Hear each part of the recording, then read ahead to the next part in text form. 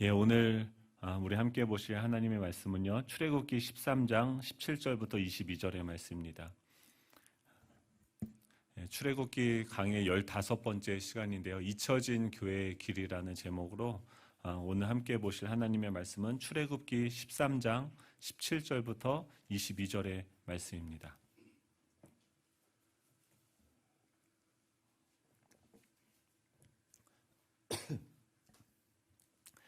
한 절씩 교독해서 읽도록 하겠습니다. 출애굽기 13장 17절부터 22절의 말씀입니다.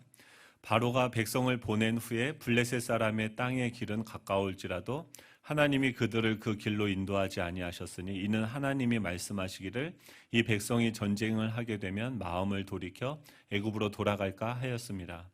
그러므로 하나님이 홍해의 광야 길로 돌려 백성을 인도하시매 이스라엘 자손이 애굽 땅에서 대열을 지어 나올 때 모세가 요셉의 유고를 가졌으니 이는 요셉이 이스라엘 자손으로 단단히 맹세하게 하여 이르기를 하나님이 반드시 너희를 찾아오시리니 너희는 내 유고를 여기서 가지고 나가라 하였음이더라. 그들이 숫곳을 떠나서 광야 끝 에담의 장막을 치니 여호와께서 그들 앞에서 가시며 낮에는 구름 기둥으로 그들의 길을 인도하시고 밤에는 불 기둥을 그들에게 비추사 낮이나 밤이나 진행하게 하시니 낮에는 구름 기둥 밤에는 불 기둥이 백성 앞에서 떠나지 아니하니라. 아멘. 네, 한 주간 잘 보내셨습니까? 아까도 저희들 얘기했듯이 좋은 소식이 있어요. 뭐냐면은 저희 교회 옆에 밭이 있지 않습니까? 밭에 지금 보기에는 아무것도 보이지 않습니다. 근데 그 속에 어떤 변화가 있습니다. 알타리 씨앗이 심겨졌습니다. 네. 농부가 그런 꿈을 꾸는 거죠. 여기서 씨를 뿌릴 때 그런 기대를 하면서 어떤 생각을 가지고 그 씨앗을 그 땅에 뿌리게 되는 거죠. 그리고 그 땅은 그 씨앗을 받아들이고 비가 오고 바람이 불고 광풍이 불고 여러 가지 상황들이 지나서 마침내 어떻게 됩니까? 싹이 나고 줄기가 자라고 꽃이 피고 열매를 맺게 되죠. 조금 지나면 우리는 알타리 물을 서리하면 안 됩니다. 네. 들어가지 못하게 울타리를 쳐놨는데 그런 거죠. 농부가 씨앗을 뿌릴 때는요, 꿈이 있어요. 생각이 있어요. 자신의 어떤 의도와 계획이 있습니다.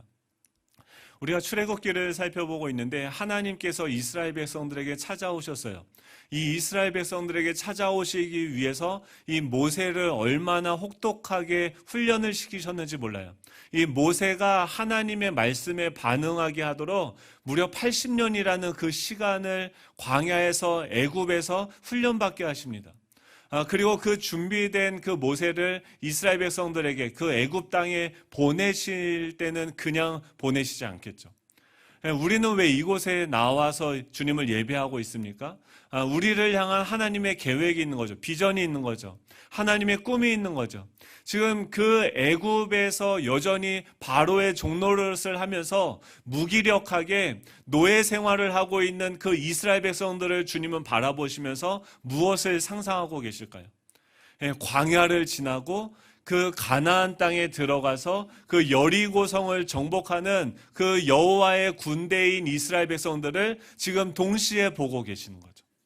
우리가 여전히 종노릇하고 여전히 이 세상의 노예인 것처럼 착각하며 좌절하고 쓰러져 있는 그 순간에도 이 그물을 하루 종일 던지는데 한 마리의 물고기를 잡지 못해서 내가 더 살아야 되는가라고 고민을 하고 있는 그 순간에도 하나님은 그 시몬에게, 요한의 아들 시몬을 바라보시면서 무엇을 동시에 보고 계십니까?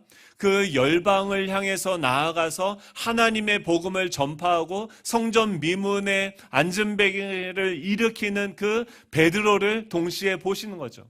이 시간이라는 그 울타리 밖에 계신 그 하나님께서 그 시간 안으로 찾아오셔서 우리에게 하나님의 시간을 부여하시는 거예요.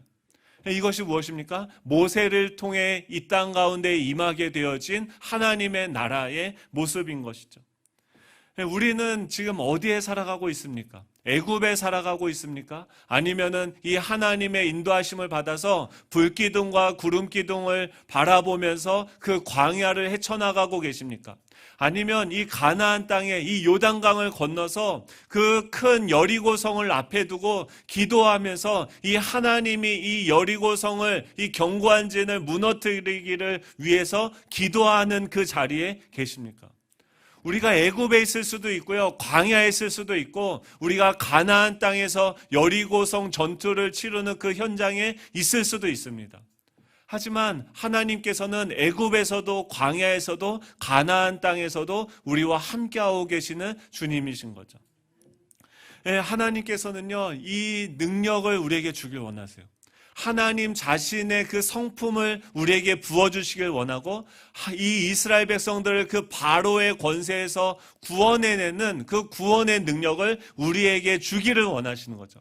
그리고 지금 우리가 이 훈련을 받는 이 시간 밖에 있는 그 사람들이요, 여전히 지금도 그 성전 미문에 앉아서 그 성전에 들어가지 못하고 그들의 기쁨에 참여하지 못하고 여전히 이 사단과 사망과 이 죄의 권세에 종노릇하고 있는 소망 없는 그 영혼들을 위해서 어떻게 하십니까? 우리를 더 채찍질하시고 우리를 준비시키는 일을 하고 계시는 거죠. 우리가 경험하고 있는 이 현재, 우리가 경험하고 있는 이 문제들은 어쩌면 그 영혼을 구원하기 위해서 하나님께서 우리를 만들어 가시는 그 하나님의 손길일 수 있는 것이죠. 우리의 삶 속에 우연은 없습니다. 하나님께서는요, 먼저 앞서 가시며 우리의 길을 예비하시고 준비하시는 분이신 것이죠. 그렇다고 하면은 이 코로나라는 이 상황도 하나님께서 이 상황을 통해서 우리에게 뭔가 말씀하시는 내용들이 있겠죠. 여러분들은 이 시간들, 저희가 2달 동안 예배로 모이지 못했어요. 저희들이 그냥 습관적으로 너무나도 당연하게 생각했던 그 예배, 함께 모여서 드렸던 그 찬양을요, 하나님께서 다 막으시고 또 각자 흩어져서 자신의 많은 시간을 보내는 그 가정에서 하나님을 예배하게 하시는 거죠. 우리의 삶을 주관하시는 분이 하나님이시라고 한다면, 이 코로나라는 그 세상 위에서 다스리시는 분이 만군의 여호와시라고 한다면, 하나님께서 이런 상황들을 허락하시는 그 뜻은 무엇인지 우리는 질문해야 되는 것이죠. 제가 이번 주에요, 출판 간담회를 갔다 왔어요. 금요일에 아침에 서울에 가서 갔던 이유는 이겁니다.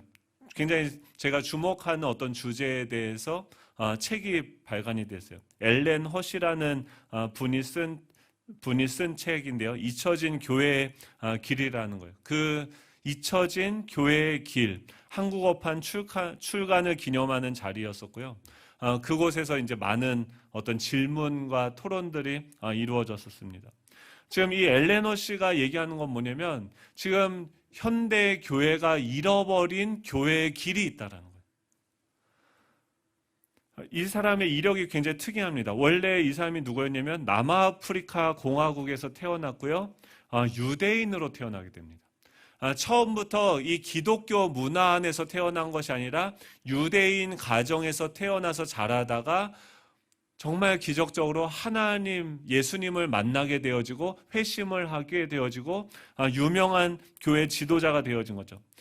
그 유대인으로 태어나서 기독교 서구 사회를 바라보면서 느낀 어떤 부분들이 있는 거예요. 그리고 그 길 자신이 자신에게 찾아오신 그 예수님이 인도하신 그 길을 따라가면서 어떤 새로운 그 교회를 세워가고 지금은 그 교회를 개척하고 세워가는 것을 돕는 사역을 하고 있습니다.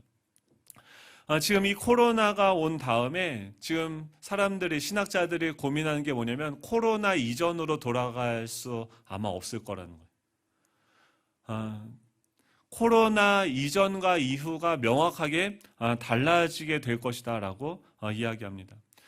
그러면서 그런 불확실한 우리 앞에 펼쳐져 있는 그 길을 우리는 어떻게 헤쳐나갈까를 모색하는 그 과정 가운데 저는 이 책을 주목하게 되어진 것이죠. 그 엘레너 씨는 뭐라고 얘기하냐면 지금 이 교회가 잃어버린 길이 있다라고 얘기하는데 초대 교회는 어땠습니까? 지금 AD 100년에는 크리스찬이 겨우 한 2만 5천 명, 전 세계에 2만 5천 명 정도 됐었는데 AD 310년도에는 2천만 명에 육박하게 되어집니다. 그러면서 그 313년 밀라노 칙령 때 콘스탄티노트 황제가 무엇을 이야기합니까? 이 기독교를 공인하기 시작해요. 그 전까지는 AD 100년부터 예수님이 떠나가시고 310년까지 거의 200년이 넘는 시간 동안 이 기독교는요 공인된 종교가 아니었습니다. 핍박 가운데 있었고 여러 가지 그 어려움 가운데서도 그때 한번 교회를 한번 상상해 보십시오. 초대교회가 어땠을까요? 교회에 오면은 잘 프로그램된 양육 체계가 있었을까요? 목회자들이 주석을 가지고 뭐 성경을 연구하고 뭐 지금은 성경 프로그램이 있어요. 컴퓨터가 있기 때문에 원어를 저희들이 그냥 클릭만 하면 검색하고 그 단어가 초대교회 또 그 헬레니즘 사회에서 어떤 의미를 가지고 있는지 우리가 연구할 수 있는 자료들이 무궁무진합니다. 기독교에 대해서 이야기하는 것들은 많은데요. 그런 거죠. 어떤 아이가 아빠한테 태권도를 가르쳐달라고 그랬어요. 태권도를 가르쳐달라고 했는데 아빠가 얘기를 하는 거죠. 야, 내가 태권도는 너무 잘 알아. 그래서 아들이 그러는 거예요. 회축을 어떻게 하냐. 회축은 뭐냐면 돌려차기예요. 돌려차기를 어떻게 해야 됩니까? 아빠한테 물어보니까 왼쪽 다리에 중심을 주고 오른쪽 다리를 먼저 머리를 돌리고 다리를 이렇게 돌리면 아빠 그러지 말고요. 그럼 말로는 누가 못해요. 한번 보여주세요라고 얘기하는데 아빠는 계속 설명만 하는 거죠. 왜 그래요? 몸이 굳어버리는 거죠. 지금 그것을 이 기독교 용어로 뭐라고 하냐면 크리스텐텀이라고 얘기해요. 크리스텀 시대가 도래했다는 거예요. 이 기독교가 쇠퇴한 것은 이 박해 때가 아니라 오히려 박해 이후에 기독교가 공인되어지고 380년도에는 테오도시우스 황제가 이 자신의 병이 낫게 되자 기독교를 국교로 선포하게 되어집니다. 그리고 나서 그 이후에 어떤 일이 일어납니까? 그곳에서 태어난 모든 사람은 태어날 때부터 기독교인이 되어지는 거예요. 한번 생각을 해보세요. 가나안 땅을 들어갔어요. 이스라엘 백성들이 출애굽하고 광야에서 그 수많은 이 하나님의 인도하심을 경험하고 그 적들과 아말렉과 싸우고 여리고성 싸움을 전투를 치르고 난 그 하나님을 경험했던 1세대가 있는데 그 이후에 이 성경에서는 뭐라고 표현합니까? 다음 세대가 아니라 다른 세대가 태어났다라고 얘기해요. 하나님을요 무엇으로만 알고 있어요? 책에서 그냥 부모님들의 이야기 속에서만 들은 그 하나님을 그냥 아는 것이죠. 하나님에 대한 지식은 너무나도 많죠. 그런데 이 기독교가 언제부터 이 능력을 잃어버리게 되어졌습니까?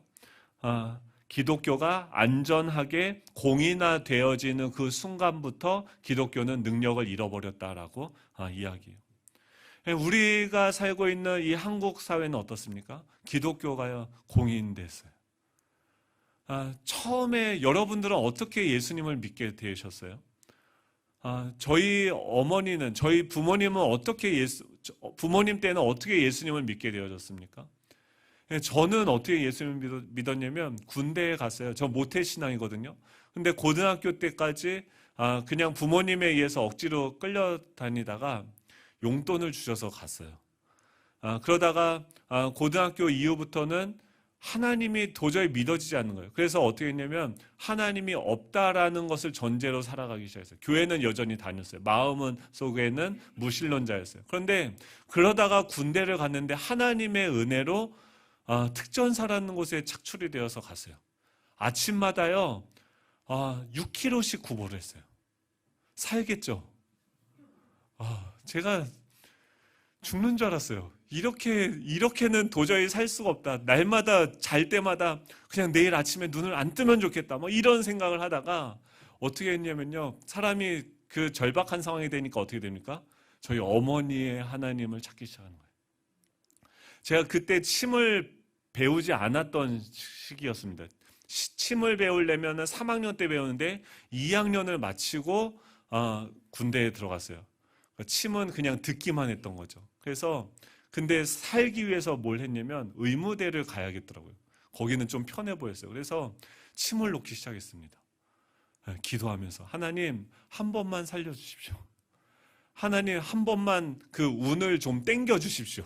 그러면 내가 평생 하나님께 보답하면서 살아가겠습니다. 주여 한 번만 저한테 투자해 주시면 제가 평생 후회하지 않도록 해드리겠습니다 하면서 그때 처음으로 제가 원해서 하나님께 기도했어요. 그리고 침을 놨는데 났을까요? 안 났을까요?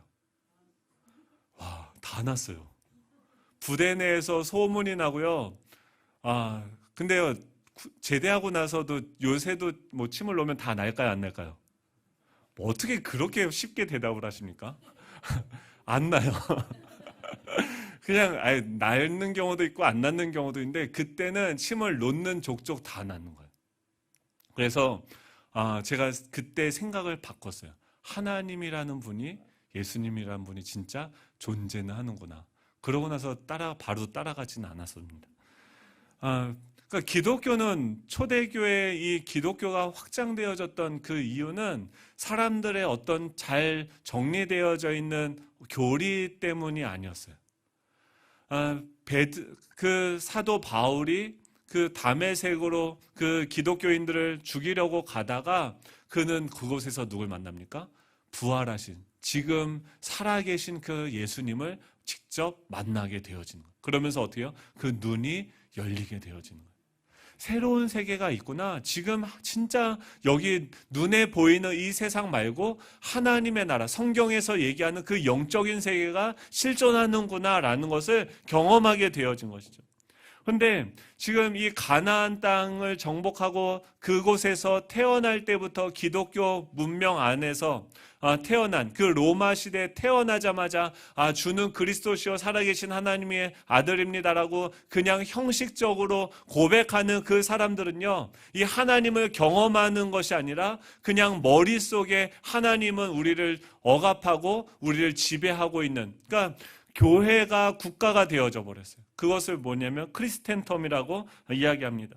그런데 이것이 언제부터 깨어지기 시작합니까? 이 교회가 타락하게 되고 중세 시대에 교회 목회자들이 그 당시에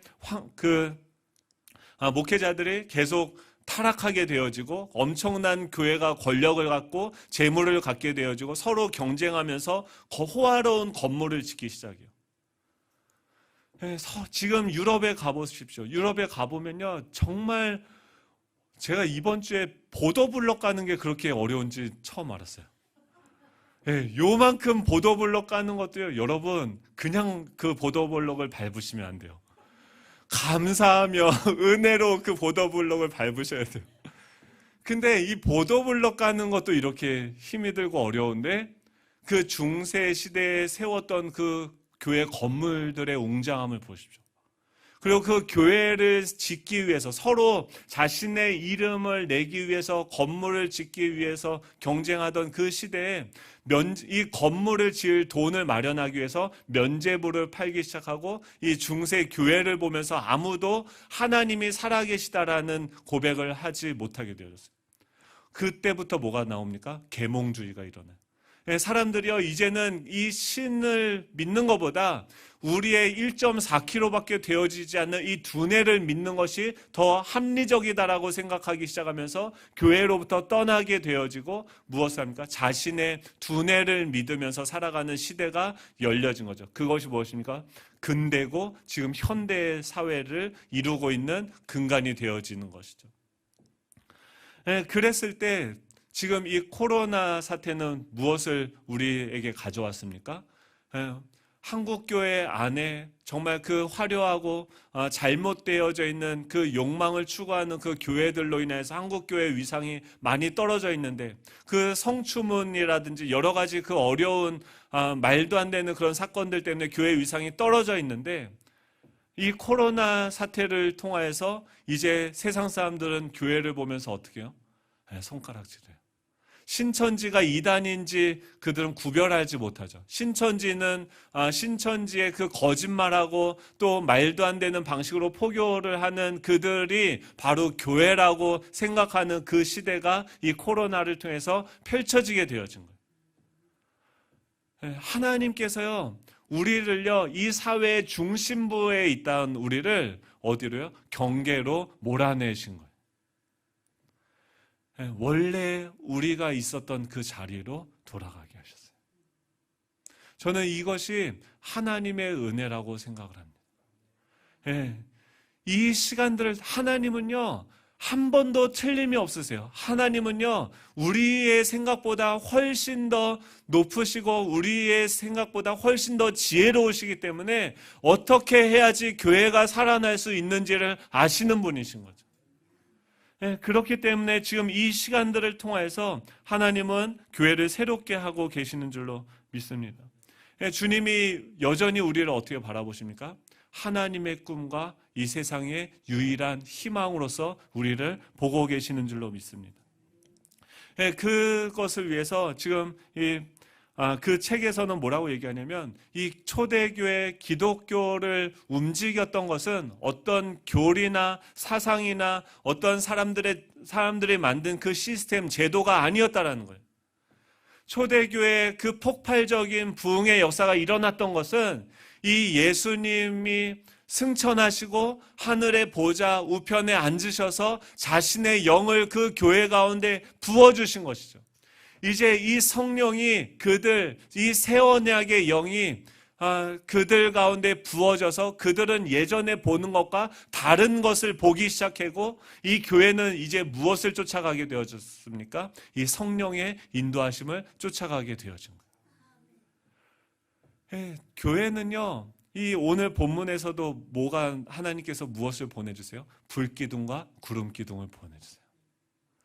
교회는요, 계획이 없어요. 미래에 대해서 알 수 없어요. 교회는요, 날마다 예수 그리스도를 주로 고백하면서 날마다 이 성령께서 인도하시는 대로 가는 거예요. 가다가 멈추면 멈추고, 또 움직이면은 내가 밥을 먹다가도 숟가락을 내려놓고 움직이는 것이죠. 교회가 예전에는 그 교회로 갔는데, 잃어버린 그 교회의 길이라는 것은 무엇이냐면 이 성령의 인도하심을 받는 그것을 잊어버리고 사람들의 회의와 또 사람들의 그 생각들만이, 또 사람들이 만든 그 조직 시스템만이 남아있는 껍데기 교회가 되어졌다라고 이야기하는 것이죠. 어떻게 하면 잃어버린 길을 찾을 수 있을까요? 거기서 계속 사례를 드는 것이 무엇이냐면 중국 지하교회. 중국 교회는요, 공인화되어지지 않았어요. 어려워요. 근데 그 중국 교회는 지금도 계속 폭발적으로 성장을 하고 있습니다. 그 이유가 무엇입니까? 제가 중국인 사역을 했었는데 그 지체들이 지금 중국 지하교회에 들어가서 교회 지도자들이 되어서 사역을 하고 있어요. 의사가 되고 또 공과대학 교수가 되어서 그곳에 있는 지하교회들을 섬기게 됩니다. 근데 그들의 고백을 통해서 들은 그 교회의 모습은 어떠냐면, 뭐가 없어요. 목회자가 있습니까? 뭐 성경에 대한 탁월한 주석이 있습니까? 그런 것이 없어요. 그냥 그들은 뭐 하냐면 날마다 모이면 하나님이 지금 살아계심을 믿는 거예요. 그래서 그 하나님께 기도해요. 하나님, 나 오늘 살아가야 되는데 지금 안정적이고, 그들이 한국에 유학까지 와서 공부하고 또 박사학위까지 포닥까지 마치고 나서 중국에 돌아가면 안정적인 일자리 성공할 수 있는 그 길이 눈앞에 뻔히 있음에도 불구하고 그 길을 걸어가는 것을 거부하고 하나님께 묻는 거예요. 질문하는 거예요. 왜 그렇습니까? 주님이 나의 주인이시기 때문에 그 나의 인생의 주인이신 그분께 질문하는 거죠. 나의 삶을 어떻게 살아가야 됩니까? 라고 묻는 거예요. 왜 하나님을 경험할 수 없는 시대가 되어졌습니까? 이 유월절을 통과하고 이 무교절을 통과하고 오늘 이야기하는 그 초태생, 이 장자를 하나님께 드리는 그 신앙 고백을 통과해야 돼요. 하나님을 어떻게 하면 경험할 수 있습니까? 우리의 죄를 회개하고 예수님을 나의 주인으로 고백하는 그 사건이 먼저 전제되어져 있어야 돼요. 그냥 태어나면서부터 나는 기독교 문화 가운데 태어났기 때문에 그냥 나는 그리스도인이야 라는 그 고백으로는 하나님이 움직이지 않으십니다. 내가 여전히 이 애굽 바로의 종노릇을 하고 있고 여전히 이 사단의 지배를 받고 있고 내가 이 죄가 내 안에서 왕노릇한다라는 이 참혹한 현실을 자각하고 그 하나님께 도우심을 구하며 그 하나님의 심판을 통과한 자라야만이 이 유월절 어린 양의 피의 능력을 경험한 자여야만이 이 하나님의 인도하심을 경험하는 그 길이 열리는 것이죠. 사랑하는 성도 여러분, 여러분에게는 이 시간이 있습니까? 6월절에 그 시간이 있습니까? 정말 내 힘으로, 내 생각으로는 내가 살아갈 수 없는 절망적인 존재구나라는 것을 깨닫게 되어지고 그 하나님의 도우심을 요청했던 그 시간이 여러분의 인생 가운데 있습니까? 예수 그리스도로 인하여서 BC와 AD가 구분되어지는 그 변화점, 그 시점이 우리의 삶에 있습니까? 이 질문해야 됩니다.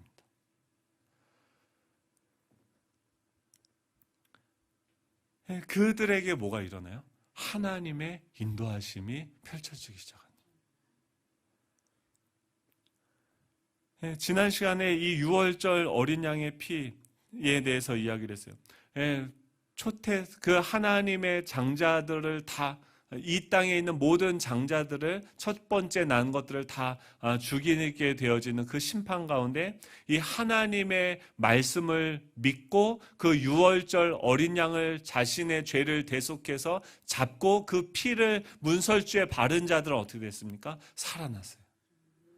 중생을 경험해야 돼요. 다시 태어남을 경험해야 돼요. 이것이 우리 인생에 가장 중요하고 우리가 가장 통과해야 되는 코스예요. 우리가 따야 되는 가장 중요한 자격증이에요. 하나님의 자녀가 돼야 돼요. 이 피를 통과해야 돼요. 그래야 하나님이 나를 보실 때 진노의 자녀가 아니라 내 사랑하는, 내 기뻐하는 내 아들로서 우리를 받아주시는 거예요. 그 6월절 이후에 오늘 출애굽기 13장에서는 두 가지 명령을 합니다. 첫 번째는 뭐냐면 초태생을 거룩히 구별하라라고 해요. 두 번째는 뭐냐면 무교절을 지켜라라고 얘기합니다. 출애굽기 13장 1절부터 3절인데요. 제가 읽겠습니다. 여호와께서 모세에게 일러 이르시되 이스라엘 자손 중에서 사람이나 짐승을 막론하고 태에서 처음 난 모든 것은 다 거룩히 구별하여 내게 돌리라. 이는 내 것이니라 하시니라. 모세가 백성에게 이르되 너희는 애굽 곧 종되었던 집에서 나온 그날을 기념하여 유교병을 먹지 말라. 여호와께서 그 손의 권능으로 너희를 그곳에서 인도해 내셨음이니라. 아멘. 지금 하나님께서 우리를 위해서 하신 것은 무엇입니까? 어린 양을 잡고 그 피를 문설주에 발라서 죽음이 우리를 패스오버, 넘어가게 하시는 일을 주님께서 하셨어요. 그렇다고 하면 그 주님의 사역에 반응해서 우리가 해야 되는 두 가지 일이 있는데 그것이 무엇이냐면 이 초태생을 거룩히 이스라엘 자손 중에서 사람이나 짐승을 막론하고 태에서 처음 난 모든 것은 다 거룩히 구별하여 내게 돌리라, 하나님께 드리라라는 거예요. 이것은 무엇입니까? 이 가족 가운데 처음 태어난 것을 하나님께 드리라는 거예요. 처음 태어난 것은 무엇을 대표하냐면 그 가족 전부를 대표하는 거예요. 그것을, 이 처음 난 것을 하나님께 드리라. 왜냐하면 그것은 내 것이다 라고 주님께서 이야기하는 거예요. 6월절 어린 양의 피를 통과했다고 하면 우리는 무엇을 해야 됩니까? 하나님께 우리 자신을 드려야 돼요. 이제 내 인생은 내 것이 아니라 하나님의 것이다라는 그 고백이 우리 가운데 있어야 되는 것이죠. 그게 우리한테 있어야 돼요. 내 인생은요, 하나님 뭐라고 해요? 너 인생은 이제 내가 산 거야. 너는 이제 내 자녀고 내 종이야. 세상이 너를 어떻게 하지 못한다라는 것은 뭐냐면 너는 내 말만 들어야 된다라고 주님이 이야기하시는 거예요. 두 번째는 무엇입니까? 무교절을 지키라라고 이야기합니다. 그 애굽에서 종되었던 집에서 나온 그날을 기념하여서 일주일 동안 뭘 하냐면 유교병을 먹지 않는 거예요. 그리고 쓴 나물들을 먹습니다. 유교병이라는 것은 빵을 오늘도 나갈 때 빵을 드립니다. 할렐루야. 예, 근데 빵이요 부풀어 있어요. 왜 이것이 부풀기 위해서 뭘 넣습니까? 효모를 집어넣죠. 그러면 그것 누룩을 집어넣으면 그 빵이 부풀어지게 됩니다. 근데 지금 이 성경에서 이 누룩은 어떤 의미로 많이 쓰여졌냐면 죄의 누룩이라고 해요. 부정적인 의미로 뭔가를 부풀리고 우리의 존재, 우리는 원래 하나님의 자녀로 피조물된 존재인데 자기가 하나님 노릇을 하는, 자신을 과장하고 부풀게 만드는 것이 죄고 그것이 누룩이다라고 하는 거죠. 즉 무교절을 지키는 것, 일주일 동안 맛있는 빵이 아니라 맛없는 빵과 쓴 나물들을 먹으면서 무엇을 기억하라라고 이야기하냐면, 초태생을 하면 드리는 거야. 너는 내 거야 라고 이야기하면서 예전에 즐겨 먹던 것을 내려놓고 맛없는 것만 일주일 동안 먹으면서 무엇을 생각하는 거예요? 여러분 한번 이 맛없는 빵만 일주일 동안 그걸 나물에 싸서 삼겹살을 싸먹는 게 아니라 쓴 나물과 이 맛도 없는 떡을 먹는다라고 생각을 해보십시오. 무슨 생각이 들까요? 와, 애굽에서 먹었던 그 부추에 그 삼겹살 싸서 김치 싸서 먹으면 진짜 대박인데 라는 그 생각이 우리 창자부터 왜 이렇게 끌어오르지 않겠습니까? 내 안에 나를 주장하고 욕망하게 만들었던 내 옛 자아의, 내 자기 중심성, 나를 움직이게 했던 나의 욕구들이 드러나기 시작하겠죠. 그것으로부터 이 무교절 일주일 동안은 뭐 하는 것이냐면, 이 자기 중심적인 내가 내 인생의 주인이 되어서 나를 지배했던 그것으로부터 벗어나서 내 삶의 경계로 나아가라는 거예요. 익숙했던 내 삶의 패턴, 내 삶의 스타일에서 벗어나서 하나님만을 바라보고 하나님께만 질문하는 그 시간들, 하나님이 나한테 말씀하시지 않냐면 내가 움직이지 않겠습니다. 하나님께서 뭐라고요? 너희들이 내 증인이 되기 위해서 내가 너희들에게 약속한 것을 기다리라라고 이야기하는 거죠. 그 열흘 동안 성령을 기다리던 그 시간들, 그 무교절의 시간들, 이 자신의 자기 중심성을 부인하고 하나님께로부터 부어지는 그 비전을 발견하게 되는 그 시간들을 지내라는 거예요. 날마다 익숙한 것에서 벗어나서요, 나의 삶의 경계로 나아가야 돼요. 날마다 우리가 살아가는, 그러니까 2004년도 7월 9일에 그 미국 캘리포니아 실리콘밸리의 101번 고속도로에 뭐 중요한 건 아닙니다. 흥미로운 광고판이 생겼어요. 근데 광고판에 뭐가 돼 있냐면 뭐가 암호처럼 이렇게 한 줄 문장이 쓰여져 있었어요. 근데 그것을 보면서 뭐 이렇게 막 10자리 그게 하얀 바탕에 암호와 같은 한 문장의 글이 적혀져 있었는데 그것을 번역하면 이런 뜻이래요. 오일러스에 나오는 숫자 나열에서 제일 처음 등장하는 10자리 소수 .com이에요. 무슨 말인지 아시겠어요? 전혀 모르시겠죠? 네. 그 비싼 광고판에다가 의미도 알 수 없는 그 한 문장을 적어놓고 .com이라고 써놓은 거예요. 사람들이 지나가면서 저게 뭐지 하면서 그냥 지나가겠죠. 그런데 그것을 보면서 뭔가 호기심이 있는 사람은 어떻게 해요? 그것을 찾아서 그 오일러스가 전 뭔지도 모르겠는데 그 오일러스에 나오는 숫자 나열에서 제일 처음 등장하는 10자리 소수를 찾겠죠. 누군가는. 그리고 그 숫자를 10자리 숫자를 적어놓고 .com을 클릭하니까 어떤 사이트에 접속하게 되어지는 거예요. 그리고 그곳에 들어가니까 또 어떤 문제가 있고 그 문제를 푸니까 뭐가 나왔어요?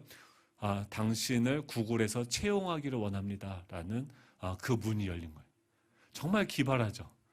수많은 사람들이 있는데 그런 기가 막힌 구글에서는 그런 인재를 원하는 거예요. 그 문이 어떤 방식으로요? 전혀 상상하지도 못한 방식으로 문이 열리는 거죠. 우리 삶에 익숙했던 수없이도 많이 그냥 스쳐 지나갔던 그 광고판들이 지나가는데 이제 주는 그리스도시요 살아계신 하나님이다라는 그 고백이 이제는 어떻게 해요? 우리의 삶에 경험해보지 못했던 지금까지 내 경험의 방에서 나와서 그 문을 열고 문지방을 넘어서 이제 새로운 방의 문 앞에 서서 주는 그리스도시요 살아계신 하나님의 아들이십니다라는 이 고백은 필연적으로 무엇을 가져오게 됩니까? 주님께 질문하게 되어지겠죠. 주님, 이번 주는 나를 통해서, 오늘은 나를 통해서 무엇을 하기 원하십니까? 오늘 내가 철수를 만나는데 이 철수와의 이 만남을 통해서 주님이 원하시는 것은 무엇입니까? 무슨 말을 하기를 원하십니까? 이 익숙했던 그 삶을 벗어나 낯선 삶 속으로 들어가는 그 길로 하나님께서 우리를 부르시는 것이 뭐예요? 무교절이라는 거예요. 그곳으로 이 익숙한 삶의 그 방문을 열고 낯선 그 문, 주는 그리스도시요 살아계신 하나님의 아들이십니다라는 그 고백, 그 열쇠로 열고 들어가는 그 문 안에는 하나님이 예비하신 그 선물들, 이 가나안 땅으로 가는 지도가 들어져 있는 거죠. 그 하나님께서는요, 지금도 우리를 부르시고 계세요. 말씀하고 계세요. 주님은요, 지금도 우리에게 말씀하시는 분이심을 기억하시기 바랍니다. 이제 코로나 이후에는요, 코로나 이전으로 돌아가면 안 돼요. 우리 교회가요, 예전의 방식, 예전에 그 익숙했던 제도권 안에서 익숙했던 방식, 사람들이 만들어 놓은 어떤 프로그램들, 그 안으로 다시 돌아가는 것이 아닙니다. 우리가 가야 될 길은. 어디로 가요? 우리가 모여서요. 몰라요. 어떻게 우리 예수정학교를 하나님께서 인도하실지 모르겠어요. 모르는 게 맞습니다. 하지만 우리가 아는 것은 무엇이냐면 주님은 여전히 우리 가운데 살아계시고 우리가 우리의 머리가 되어주셔서 우리에게 말씀하신다라는 거예요. 우리가 해야 되는 것은 무엇입니까? 같이 기도하는 거예요. 하나님께 듣는 거예요. 하나님, 우리를 왜 이곳에 세우셨습니까? 하나님, 왜 내 인생을 부르셨습니까? 하나님, 우리 인생을 통해서 하나님께서 성취하고자 하시는 그 가나안 땅은 무엇입니까? 우리가 질문하기 시작해야 된다는 거죠. 그러면 어떻게 해요? 이제 새로운 길이 열려지기 시작하는 거예요. 하나님이 우리를 인도하실 때 우리가 꼭 기억해야 되는 세 가지가 있습니다. 첫 번째는 무엇이냐면 하나님이 우리를 우리보다 더 잘 아신다는 사실을 기억해야 돼요. 17절입니다. 우리 같이 한번 읽어볼까요? 17절입니다. 시작. 바로가 백성을 보낸 후에 블레셋 사람의 땅의 길은 가까울지라도 인도하지 아니하셨으니 하나님이 이 백성이 전쟁을 하게 되면 마음을 돌이켜 애굽으로 돌아갈까 하였습니다. 아멘. 지금 하나님께서요, 이 이스라엘 백성들을 인도하실 때 어떤 루트를 통과하게 하시냐면 이 가나안 땅으로 갈 때 지금 이스라엘 땅이 여기 있고 애굽이 여기 있으면 가나안 땅이 여기 있죠. 이쪽은 지중해가 있죠. 해변길을 따라서 가면요, 10하루길이면 가는 길이에요. 신명기 1장에서는 10하루길이면 그곳에 갈 수 있는 가까운 길이 있어요. 그 해변길로 가면요, 이 홍해를 굳이 통과할 필요가 없습니다. 그냥 그 육로를 통해서 걸어가면 돼요. 그런데 지금 하나님은 그 하루길이면 갈 수 있는 길을 놔두고 한 바퀴 쭉 돌아서 몇 년 동안 가요? 40년 동안. 어마어마한 시간이 걸리는 그 시간들을 통과해서 그 땅을 걸어가게 하시는 거죠. 왜 그러냐고 하면 17절에 보면 이 백성이 전쟁을 하게 되면 이스라엘 백성들이 그 해변길을 따라서 그곳으로 갔을 때 그곳에 있는 그 백성들은 엄청난 민족들이 그곳에 있었죠. 그곳에 가면은 그곳에 있는 민족들은 철기 문화를 가지고 있었고 엄청나게 거대한 몸집을 가지고 있었어요. 그 사람들과 지금 갓 노예로서 갓 태어난 갓난 아기가 그 성인들과 전쟁을 하게 되면 이스라엘 백성들이 무서워서 도망쳐서 애굽으로 돌아갈 것이다라는 것을 하나님은 알고 계셨어요. 그러니까 우리의 인생을 내 생각보다 더디게 돌아가게 하실 때가 있는데, 그것은 왜 그렇습니까? 그 빠른 길을 간다 할지라도 고속도로를 오토바이가 갈 수 없는 것처럼, 이 고속도로를 자전거 타고 갈 수 없는 것처럼, 우리가 그 길을, 고속도로를 갈 수 있는 실력이 되어지지 않기 때문에, 하나님께서 우리를 아시기 때문에 더 안전하게 준비시켜서 가시기 위해서 그 길을 돌아서 가시는 거죠. 우리가 이 지름길이 우리가 보기에는 너무 좋은 것 같지만, 그 지름길을 가기 위해서는 실력이 필요합니다. 나는 왜 이렇게 더딜까? 나는 왜 매번 늦지라는 그 질문을 할 때 우리가 기억해야 되는 것은 무엇입니까? 하나님의 인도하심 가운데는 하나님이 우리를 우리보다 더 잘 아신다라는 사실을 믿어야 된다는 거죠. 두 번째는 무엇이냐면, 하나님의 시간과 인간의 시간이 다르다는 거예요. 18절입니다. 18절 우리 같이 읽겠습니다. 시작. 그러므로 하나님이 홍해의 광야 길로 돌려 백성을 인도하심에 이스라엘 자손이 애굽 땅에서 대열을 지어 나올 때, 라고 되어져 있죠. 지금 이 홍해의 광야 길로 돌려서 오는 거예요. 지금 홍해 광야 길은 그들이 있던 그 고센 땅에서 밑으로 내려옵니다. 그래서 숫곳을 지나서 에담이라는 곳이 오는데, 굳이 이 홍해가 있는 그 앞으로 막다른 길로 그들을 인도하시는 거예요. 해변길로 가면은 10하루길이면 가는 그 길을 지금 하나님은 어디로 인도하냐면, 다음 주에 우리가 14장을 살펴볼 텐데, 마치 도간에 든 쥐마냥 막다른 골목으로 인도하시는 거예요. 그 수많은 길을 놔두고 하필 홍해가 가로막고 있는 그 길로 이스라엘 백성들을 인도하시는 거예요. 14장 3절에 보면 바로가 이스라엘 자손에 대해서 이렇게 이야기합니다. 광야에 갇힌 바 되었다라고 얘기해요. 하나님께서 어느 곳으로 인도했냐면 도간에 든 쥐처럼 갇힌 곳으로 그들을 인도하신다는 거죠. 그 시간들, 그러니까 어쩌면 돌아가는 것 같고, 어쩌면 막다른 길로 우리를 인도하는 것 같고, 거기서 뭘 하냐면 지금 장막을 진을 치라고 얘기해요. 지금 빨리 도망가서 그 광야로 가도 시원치 않은 판에 하나님 뭐라고 얘기하냐면, 그 멀리 돌아서 굳이 막다른 골목으로 와서 그곳에 진을 치게 하나님께서 하신다는 거예요. 왜 그러실까요? 이 하나님의 시간은요, 이 시간은 두 가지가 있습니다. 이 크로노스의 시간, 일반적인 물리적인 시간이 있고, 카이로스의 시간이 있죠. 카이로스의 시간은 뭡니까? 하나님이 개입하는 그 시간이에요. 물리적인 이 시간들이 가는데, 카이로스의 시간은요, 이 물리적인 시간을 통과하지 않고 오지 않죠. 어떤 강연을 들었는데 거기서 그런 얘기들이 나왔어요. 어떤 할머니가 있었어요. 이제 80살이 넘으셨는데 그분이 그러는 거예요. 40대 초반 때 남편이 암으로 일찍 돌아가셨어요. 근데 그 이후에 결혼도 하지 않고 이 자녀들을 평생 40년 동안 정말 애써서 키운 거예요.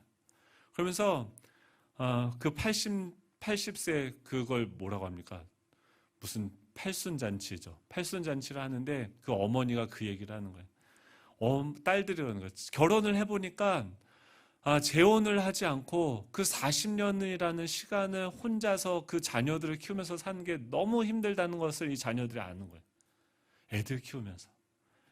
엄마 어떻게 그 시간을 버틸 수 있었어요? 라고 물어보니까 엄마가 이야기를 하나 꺼내시는데, 아버지가 이제 말기 암이 되어져서 이제 시간이 얼마 남지 않았어요. 그러니까 아버지가 그러는 거예요. 아내한테 우리 여행을 가자고. 여행을 갔어요.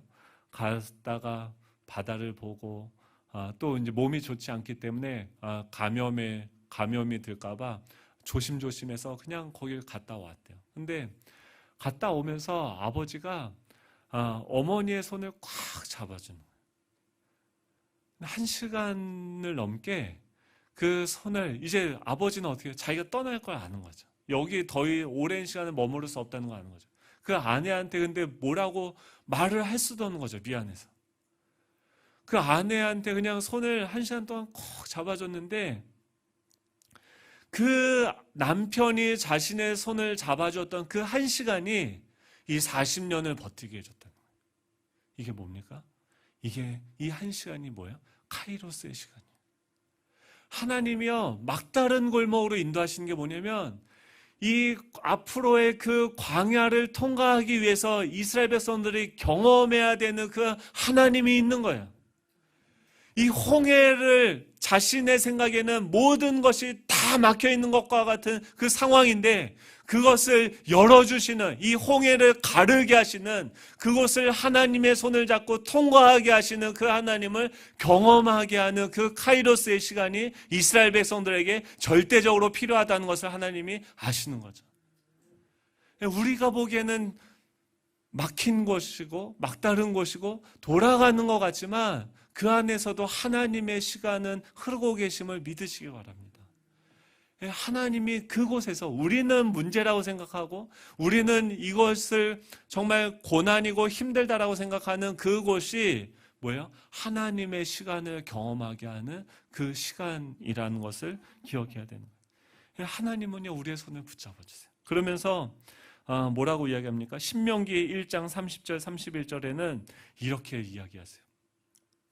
너희보다 먼저 가시는 너희의 하나님 여호와께서 애굽에서 너희를 위하여 너희 목전에서 모든 일을 행하신 것 같이 이제도 너희를 위하여 싸우실 것이며 광야에서도 너희가 당하였거니와 사람이 자기의 아들을 안는 것 같이 너희의 하나님 여호와께서 너희가 걸어온 길에서 너희를 안으사 이곳까지 이르게 하셨느니라 하라라고 얘기해요. 신명기 뭐예요? 이제 그 광야를 다 통과하고 홍해를 통과하고 광야를 통과해서 가나안 땅을 눈앞에 둔 상황이에요. 근데 그 하나님이 뭐라고 얘기하냐면 너희보다 먼저 가시는 너희의 하나님 여호와께서 애굽에서 너희를 위해서 너희 목전에 모든 일을 행하신 것과 같이 지금 그 막다른 곳에서 그들의 눈앞에서 하나님께서 하셨던 그 일과 같이 이제도 너희를 위해서 싸우실 것이며 광야에서도 너희가 당하였거니와 사람이 자기의 아들을 안는 것 같이 하나님이 광야에서 어떻게 해요? 그들을요 안아주셨다는 거예요. 그 하나님의 체온을, 그들의 현실은 무엇입니까? 광야의 결핍과 하나님 쫓아다니면서 온갖 고생을 다 합니다. 홍해 건너고 나서요 마라의 쓴물을 경험해요. 물의 결핍을 경험해요. 먹을 것이 없어요. 날마다 광야의 결핍과 추운 바람과 메마른 땅에 이 흙먼지를 밟으면서 이 자신의 미래에 대한 불확실성의 모호함을 온몸으로 받아내야 돼요. 날마다 그 모호한 길을 걸어가야 되는데 그때 그들은요 미래를 알지 못했어요. 그런데 그들의 눈앞에 너무나도 분명하게 있는 것이 있었어요. 그것은 무엇입니까? 불기둥과 구름기둥. 오늘 나의 삶을 인도하시는 하나님의 인도하심을 그들은 경험한 거예요. 그걸 뭐라고 표현해요? 내가 아버지가 아들을 안아준 것처럼 내가 너희를 안아주었던 것을 너희가 경험하지 않았냐. 네, 지금 이 코로나의 시간은 무엇입니까? 하나님이 우리를 안아주심을 경험하는 시간이에요. 네, 앞으로도 우리는요 불확실하고 모호할 거예요. 근데 우리가 이 6월절을 통과하고 이 내 자신을 향해서 너 이제 내 거야. 너 나한테 너 인생을 내어줘야 돼. 이 무교절을 통과, 내 자기중심성으로 내 익숙하게 다람쥐 쳇바퀴 돌듯이 맨날 똑같이 작년과 똑같은 오늘을 보내고 있는 그 현장에서 벗어나서 내 삶의 경계를 벗어나서 오늘 지금 살아서 나에게 말씀하시는 그 말씀을 따라가는 그 삶, 성령의 인도함을 받는 그 삶이 우리 가운데 오늘부터 펼쳐질 줄로 믿습니다. 우리 교회는요, 이 성령의 인도함을 받는 교회가 되어져야 돼요. 하나님은요, 우리보다 더 잘하세요. 하나님의 시간이 있어요. 우리는 몰라요. 뭐가 어떻게 하는 게 더 빨리 되고 잘 되는 건지 몰라요. 막다른 골도 갈 거고요. 이 땅에 물이 없음의 결핍도 경험하게 되어질 거예요. 그 광야의 흙먼지들을 경험하고요. 아말렉의 공격도 받을 거예요.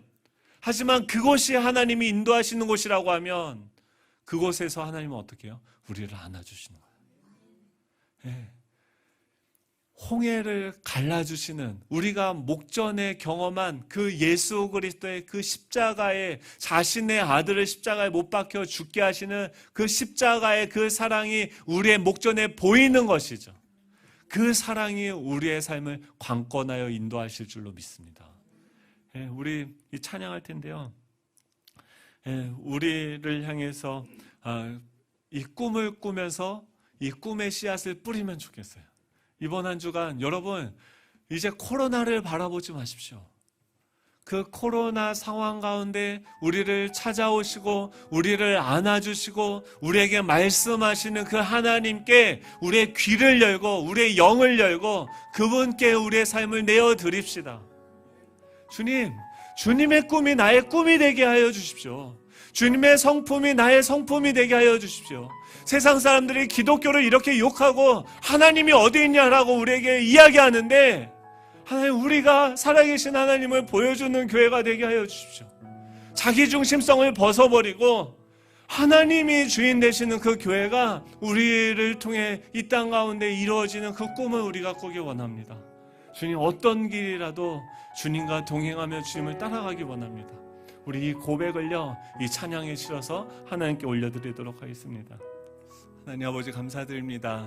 아들 예수 그리스도를 십자가에 못 박으시며 아버지 예수 그리스도 안에 열려져 있는 그 새 길을 우리가 이제 걸어가기를 원합니다. 성령님, 우리의 삶을 인도하여 주시옵소서. 우리의 눈이 주님의 비전을 보게 하여 주시옵소서. 주님의 꿈을 상상하게 하여 주시옵소서. 아버지 하나님, 가나안 땅을 향해서 저희들 나아갈 수 있도록 주님 인도하여 주시옵소서. 어제의 삶을 버리게 하여 주시고 아버지, 오늘 펼쳐지는, 아버지 날마다 펼쳐지는 새로운 길을 걸어갈 수 있는 우리 예수정한교회 될 수 있도록, 우리 각 모든 성도님들 될 수 있도록 주님 축복하여 주시옵소서. 이번 한 주간 성령님 인도하여 주시고 길을 열어주시고 아버지 사람을 만나게 하여 주시고 아버지 그곳 가운데 성령님의 인도하심을 경험할 수 있는 이번 한 주간 될 수 있도록 주님 축복하여 주시옵소서. 감사드리며 예수님의 이름으로 기도드립니다. 아멘.